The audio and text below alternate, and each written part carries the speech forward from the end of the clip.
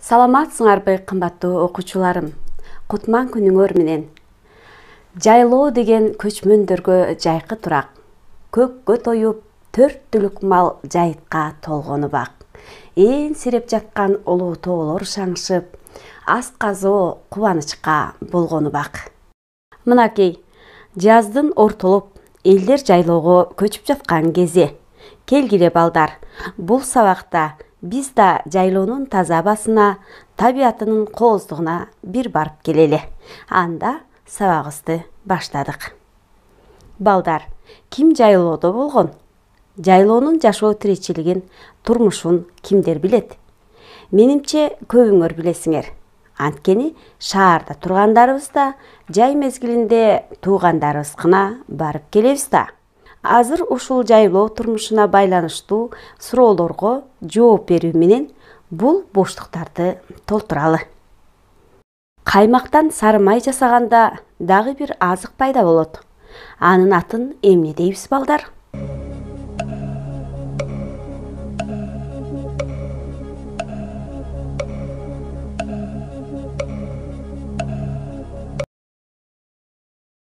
Каймакты сызгырып, сары майын тундуруп алганда, чөбөгөсү алдында калат балдар. Бул жооп чөбөгө.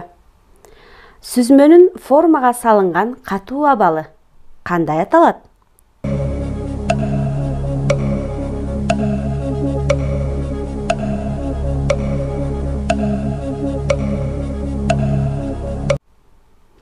Жайлоодо энелерибиз, жеңелерибиз сүзмөнү кайнатып, суусун сарыктырып алып, туздан кошуп, аны тоголоктоп, сереге жайып койгондо курут пайда болот.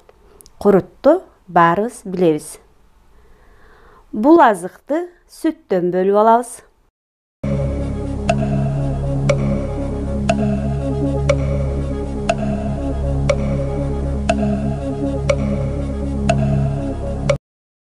Бул тизмеке каймак деп жазсак болот балдар. Сүттүн уютулган түрү эмне деп аталат?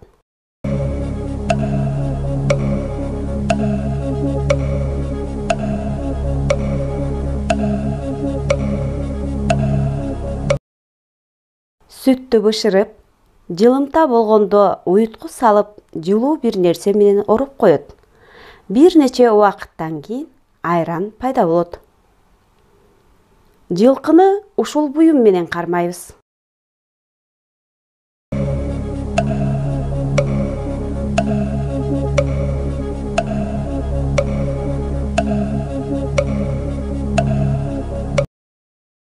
Жылкыны жайыттан укурук менен кармашат. Укуруктун сабы көбүнчө түз ыргайдан жасалып, башына сыйыртмак орнотулат. Кымыз менен жей турган нандын түрү кандай болот балдар? Кандай аталат?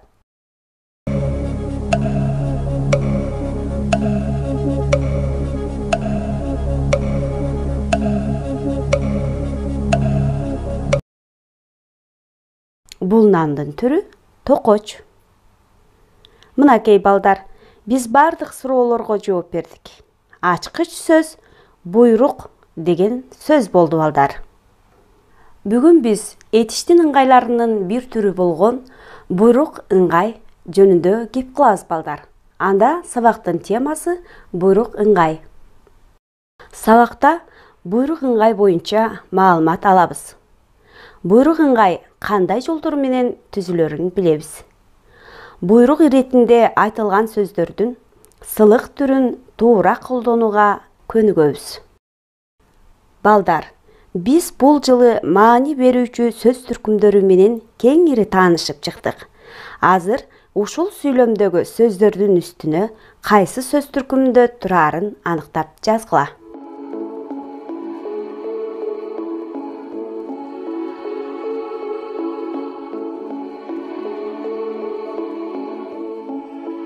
Кана балдар, сөз түркүмдөрүн аныктай алдыңарбы? Эгер аныктай алган болсоңор, азаматсыңар. Анда салыштырып көрөлү. Бул тунук суудан 1-2 жолу аптыгып жуттум деген сүйлөм берилди. Кайсы тунук суудан аптыгып жуттум? Бул тунук суудан шилтеме ататооч болду. Кандай суудан аптыгып жуттум. Суу деген заттын сыпатын билдирип, сынатооч болду. Эмнеден жуттум? Суудан жуттум. Зататооч. Канча жолу жуттум? Санатооч. Кантип жуттум? Кыймыл аракеттин сыпатын билдирип, тактооч болду. Эмне кылдым? Жуттум. Кыймыл аракетти билдирип, этиш сөз түркүмү болду. Эми балдар, бул текстти окуйлу. Ушул дем алыш күнү агамдын үй бүлөсүн жайлоого көчүрүп келдим. Азыр чөптүн башы ката элек, жап-жашыл кези. Мен бул кооздукту сүрөткө тартып жатам. Жайлоону көргүң келсе, азыр кел. Мен болсо, эмки жумадагы барып келем. Балдар, бул тексттеги этиштерди таап, көрсөтүлгөн этиштик белгилердин тушуна жазгыла.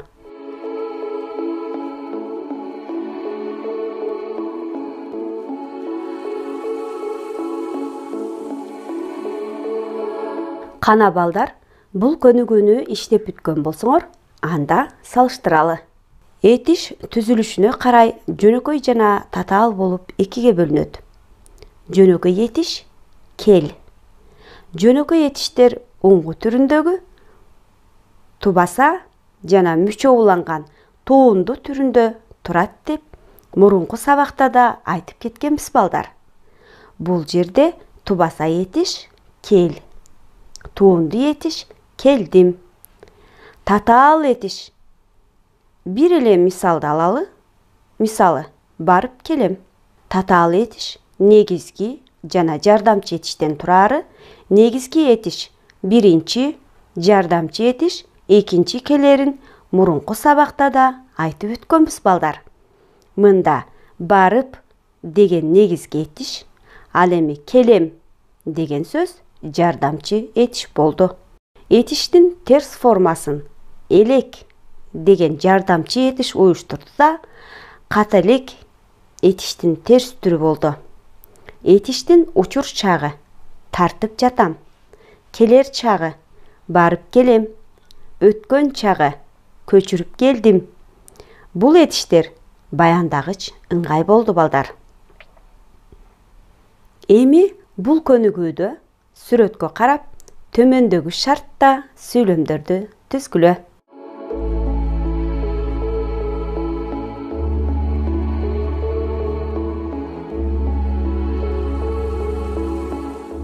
Кана балдар, сүйлөмдөрдү карап көрөлү. Мен боз үйдүн тетиктерин жасоого үйрөнүп жатам деген сүйлөмдө этиш сөз биринчи жак, жекелик түрү учур чакта турат. Силер өткөн жылы боз үйдө жашагансыңар деген сүйлөмдө жашагансыңар деген этиш экинчи жактын көптүк түрү өткөн чак. Бул боз үйдү чоң атам жасаган деген сүйлөмдө жасаган деген кыймыл аракетти билдирген сөз үчүнчү жактын жекелик түрү болуп өткөн чакты билдирди. Бул сүйлөмдөрдөгү этиштер этиштин кайсы ыңгайы болду балдар? Кана эстегилечи. Бул сүйлөмдөрдөгү этиштер баяндагыч ыңгай. Анткени кыймыл аракеттин жагын, чагын билдирип, жайынча баяндаган этиштер болду.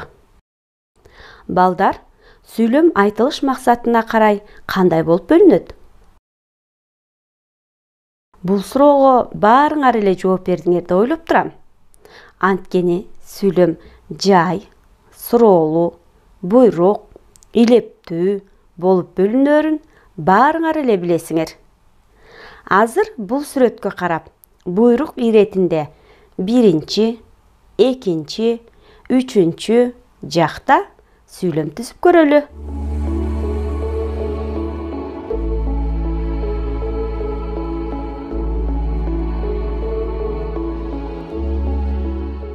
Кана балдар, түзгөн сүйлөмдөрдү карап көрөлү. Мында кана түндүктү көтөрөлү деген сүйлөмдө этиш биринчи жактын көптүк түрүндө өтүнүү, кайрылуу иретинде айтылды. Жигиттер, алабаканды түз кармагыла дегенде экинчи жактын көптүк түрүндө буйрук иретинде күчтүү сезим менен айтылды. Энелер ууктарды тизип жиберишсин дегенде үчүнчү жактын көптүк түрүндө сунуш катары буйрук маанисинде айтылды. Ишти аткаруу үчүн сүйлөп жаткан адамдын үч жактын бирине берген буйругун, сунушун, өтүнүчүн билдирген этиш сөздөр буйрук ыңгай деп аталат.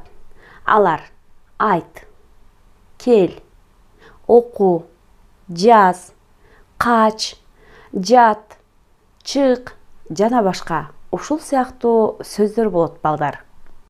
Буйрук иретиндеги сүйлөмдө кайсы сөз түркүмү басымдуулук кылат экен балдар?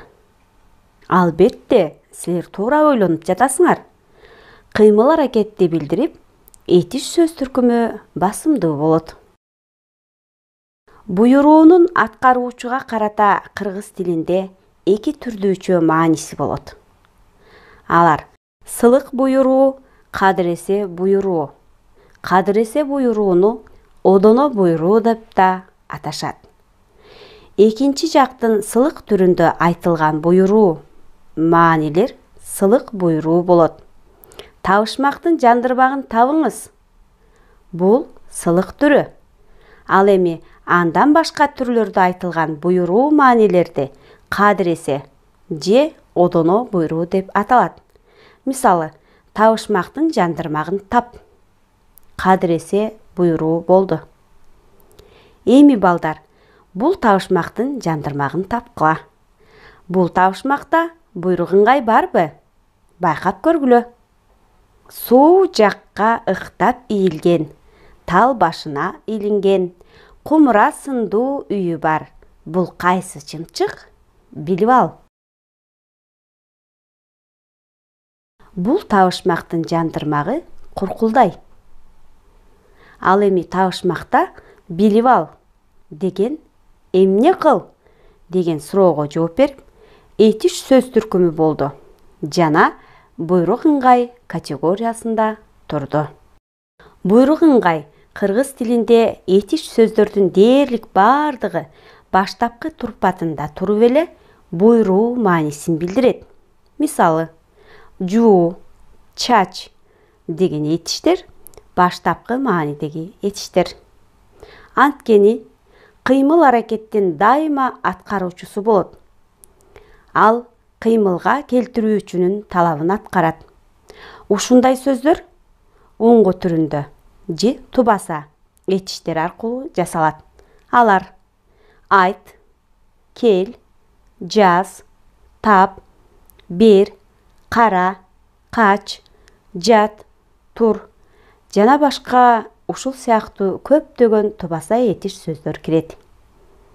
Буйруу маанилери кыймыл аракеттин аткарылышын, ишке ашышын талап кылгандыктан дайыма келер чакты билдирет. Анткени кыймыл аракет буйруу иш аракетинен кийин келет. Буйрук ыңгай төмөндөгүдөй жолдор аркылуу уюшулат. Карап көрөбүз балдар.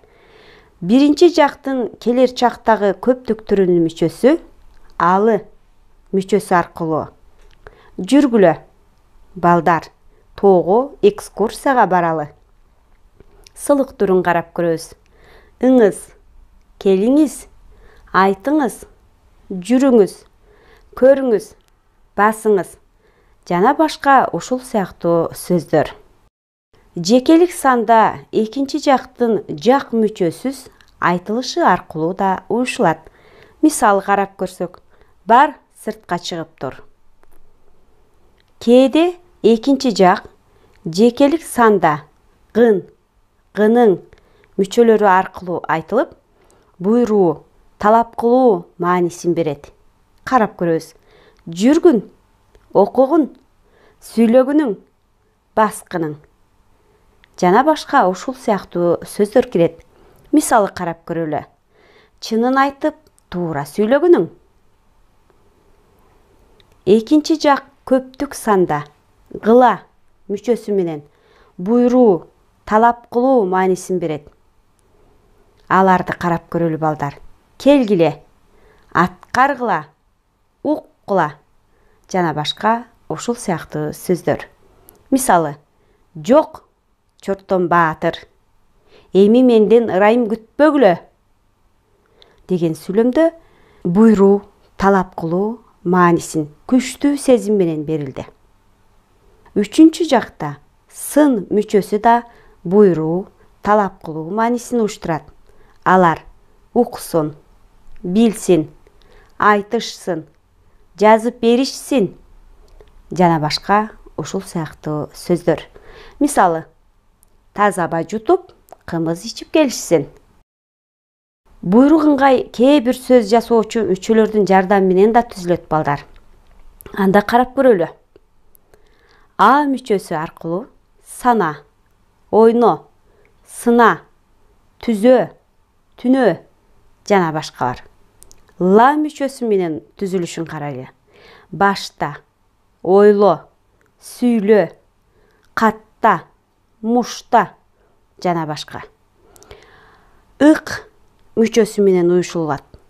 Жолук, бирик, кезик, канык, отук. Лан мүчөсү менен уюшулушу. Куралдан, нурлан, ардан. Карым мүчөсү менен кээде каз мүчөсү дагы колдонулат. Мисалы карап көрөлү. Аткар, атказ, жеткир, жеткиз жана башка ушул сыяктуу сөздөр. Ар мүчөсүн карап көрөлү балдар. Кээде р мүчөсү менен эле кетет.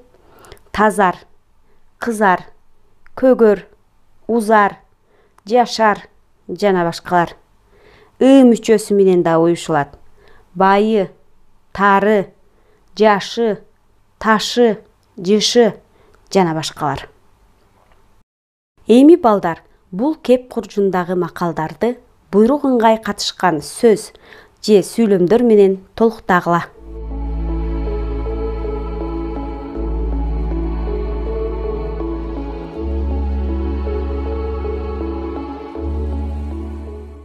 Силерге берилген убакыт бүттү балдар. Анда толуктоолордун туура же туура эместигин карап көргүлө. Өзүң билбесең, билгенден ук. Кекчил болбо, эпчил бол. Талпак салганга талпак сал. Олпок салганга олпок сал. Эр болсоң, көк бол. Өзүңө бек бол. Бул макалдарда ук, бол, сал деген кыймыл аракеттин экинчи жакка сунуш, өтүнүч, буйрук иретиндеги буйрук ыңгайды уюштурган тубаса этиштер катышты. Макалдардагы бардык сөздөр силер үчүн түшүнүктүү болду балдар. Бирок силер талпак, олпок деген эмне экенин билесиңерби? Эгер билген болсоңор, азаматсыңар. Билбегендер үчүн бул буюмдар жөнүндө маалымат бере кетейин балдар, анда билип алгыла. Талпак малдын жапайы айбандын жерге салууга ылайыкталып кургатылган териси. Ашатылган талпак ным өткөрбөй, жылуулукту жакшы сактайт. Түштүк диалектисинде талпак бостек деп да айтылат. Олпок ичине кебес, жүн салынып, шырылган ок өтпөс сырт кийим. Баатырлар аны негизинен жоого кийишкен. Бул жоо кийими көбүнчө соот менен кошо кийилген. Кээде олпок өзү эле соот түрүндө, башкача айтканда ичине металл тор же темирдин күкүмү ширетелип жасалган. Жогорудагы талпак салганга талпак сал, олпок салганга олпок сал деген макалда адамдардын ортосундагы мамиле тууралуу айтылды. Эми бул сүрөттөргө карап, буйрук ыңгайды катыштырып сүйлөм түзгүлө.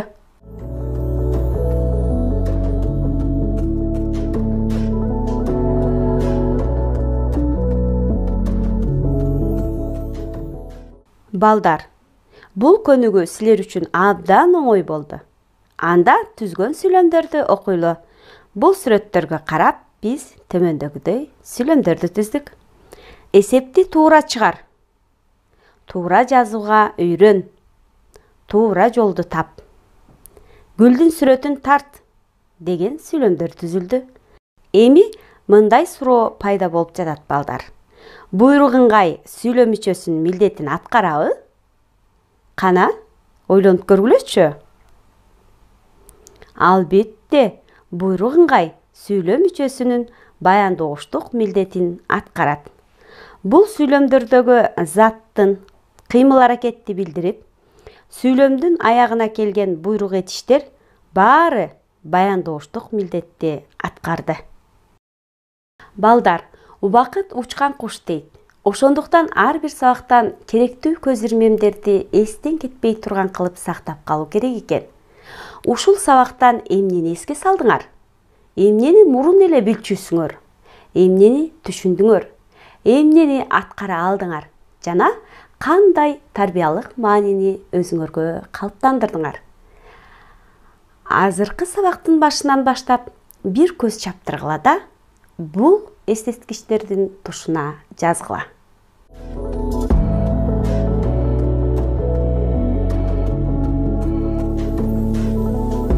Бул тизмектерди толтуруп бүттүңөр деп ойлойм, балдар. Жалпысынан алганда, биз бул сабакта буйрук ыңгай боюнча маалымат алдык. Буйрук ыңгай кандай жолдор менен түзүлөрүн билдик. Буйрук иретинде айтылган сөздөрдүн сылык түрүн туура колдонууга көнүктүк.